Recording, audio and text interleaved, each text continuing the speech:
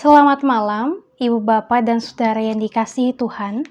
Pada malam hari ini, kembali kita akan merenungkan firman Tuhan yang akan bersama-sama kita baca dari Kisah Para Rasul pasal 4, ayat yang ke-23 sampai dengan ayat yang ke-31. Namun sebelum itu, mari kita meminta pertolongan Tuhan lewat doa. Kita berdoa. Tuhan, terima kasih untuk setiap kasih-Mu. Pada malam ini, kami akan bersama merenungkan kebenaran firman Tuhan. Kuasai kami, berkati kami, urapilah kami, supaya kami dimampukan untuk mengerti, bahkan memahami apa maksud Tuhan melalui perenungan kami pada malam hari ini. Bersabdalah Tuhan, kami siap mendengar bahkan merenungkan firman-Mu. Amin. Kisah Para Rasul pasal 4 ayat yang ke-23 sampai ayatnya yang ke-31, demikian firman Tuhan dibacakan. Sesudah dilepaskan, pergilah Petrus dan Yohanes kepada teman-teman mereka, lalu mereka menceritakan segala sesuatu yang dikatakan imam-imam kepala dan tua-tua kepada mereka. Ketika teman-teman mereka mendengar hal itu, berserulah mereka bersama-sama kepada Allah. Katanya, "Ya Tuhan, Engkaulah yang menjadikan langit dan bumi, laut dan segala isinya, dan oleh Roh Kudus dengan perantaraan hamba-Mu Daud, Bapa kami, Engkau telah berfirman, mengapa rusuh bangsa-bangsa, mengapa suku-suku bangsa mereka-reka perkara yang sia-sia? Raja-raja dunia bersiap-siap dan para pembesar berkumpul untuk melawan Tuhan yang diurapinya.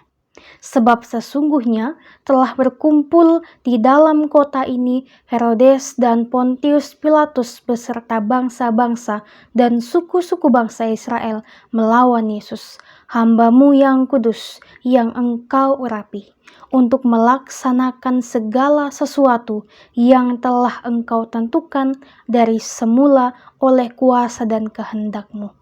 Dan sekarang ya Tuhan, lihatlah bagaimana mereka mengancam kami, dan berikanlah kepada hamba-hamba-Mu keberanian untuk memberitakan firman-Mu. Ulurkanlah tangan-Mu untuk menyembuhkan orang, dan adakanlah tanda-tanda dan mujizat-mujizat oleh nama Yesus, hamba-Mu yang kudus." Dan ketika mereka sedang berdoa, goyanglah tempat mereka berkumpul itu, dan mereka semua penuh dengan Roh Kudus, lalu mereka memberitakan firman Allah dengan berani. Demikianlah firman Tuhan dibacakan bagi kita sekalian. Terpujilah Kristus. Haleluya. Ibu Bapak dan Saudara yang dikasihi oleh Tuhan Yesus, pada malam ini kembali kita akan merenungkan firman Tuhan di bawah perikop kekuatan doa. Berbicara mengenai doa, pasti sudah tidak asing lagi bagi kita umat Kristiani, bahkan bagi semua umat beragama di seluruh dunia ini. Doa pastilah adalah hal yang selalu dilakukan di dalam setiap hari kehidupan kita. Mengapa demikian? Sebab jikalau kita, umat Kristiani, kita menganggap bahwa doa adalah salah satu bentuk komunikasi kita kepada Tuhan. Jadi doa itu adalah bagaimana kita membangun relasi yang baik dengan Tuhan, atau bisa dikatakan bahwa doa adalah jembatan kita untuk kita bisa datang kepada Tuhan, untuk kita dapat mengeluarkan keluh kesah kita, mengucapkan syukur kita, sebab Tuhan adalah sahabat yang terbaik bagi kita. Ibu Bapak dan Saudara yang dikasihi Tuhan, pada malam ini dari bacaan Alkitab kita yang menjadi perenungan kita, ini merupakan kelanjutan dari kisah ataupun lanjutan daripada bacaan kita ataupun perenungan kita di hari kemarin ataupun di Jumat malam kemarin. Kita bersama-sama mengetahui bahwa Rasul Petrus dan Yohanes mengalami berbagai macam penolakan, berbagai macam penganiayaan, bahkan mereka sampai diadili di mahkamah agama karena mereka menyatakan kebenaran akan pemberitaan firman Tuhan, ataupun mereka menyatakan imannya kepada Tuhan dengan memberitakan berbagai macam apa yang menjadi kegemaran ataupun berbagai macam kebenaran firman Tuhan yang dilakukan oleh Tuhan Yesus. Nah, untuk itu Bapak Ibu dan Saudara yang dikasihi Tuhan, kita melihat bahwa Tuhan bekerja di dalam kehidupan Rasul Petrus dan juga Yohanes.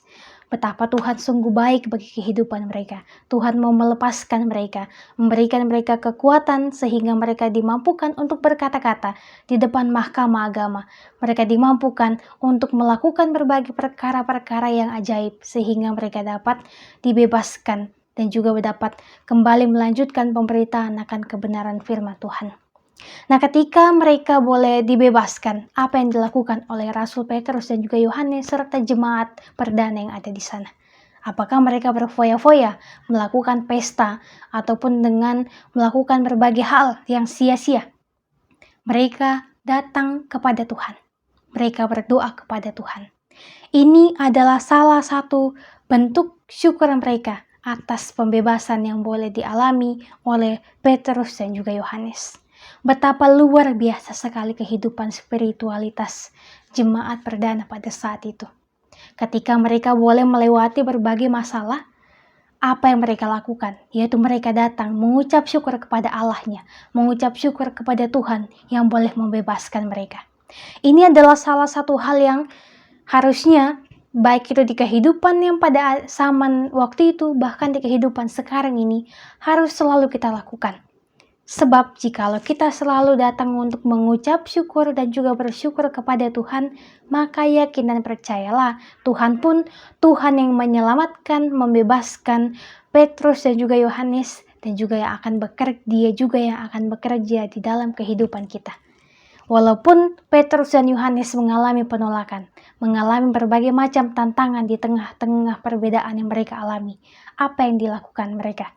Mereka tetap datang kepada Tuhan, menyerahkan kehidupannya kepada Tuhan, dan Tuhan pun melakukan pekerjaannya yang terbaik untuk kita. Tuhan tidak meninggalkan mereka, Tuhan tidak meninggalkan kita, tetapi Ia tetap menjaga kehidupan kita. Baiklah Bapak Ibu dan Saudara yang dikasihi Tuhan. Betapa banyak peristiwa yang telah kita lalui di dalam kehidupan ini, sehingga pada saat ini terkadang kita merasa tak berdaya di tengah-tengah segala pergumulan yang mengkhawatirkan kita, yang menyesakkan dada kita, yang membuat kita merasa sedih dan juga tidak bisa tenang.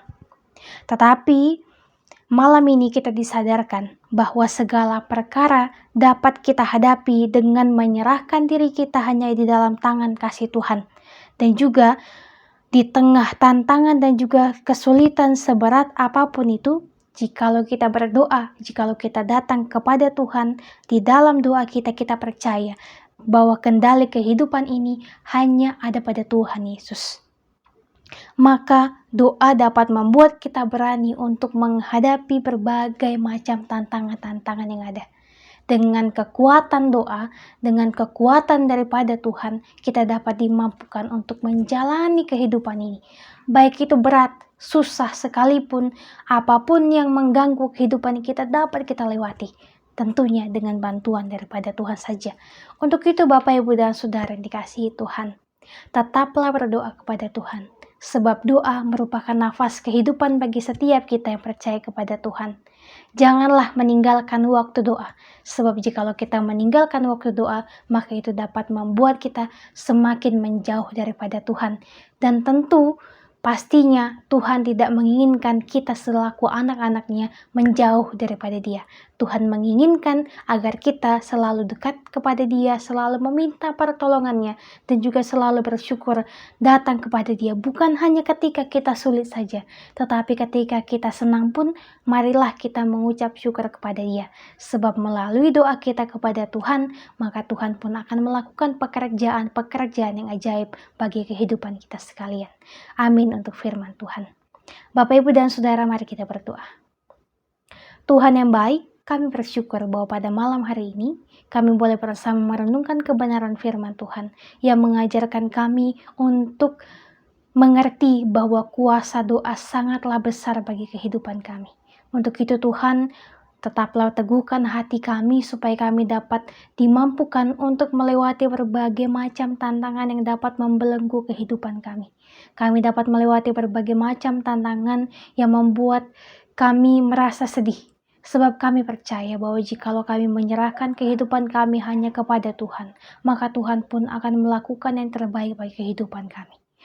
Kami percaya Tuhan bahwa jikalau kami akan beristirahat di malam hari ini, Tuhan yang akan menuntun kami, Tuhan yang akan menjaga kami, sehingga kami dapat tertidur dengan nyenyak, dan besok pagi dengan perkenaan Tuhan, kami boleh bangun untuk melanjutkan berbagai macam aktivitas dan rencana-rencana kehidupan kami.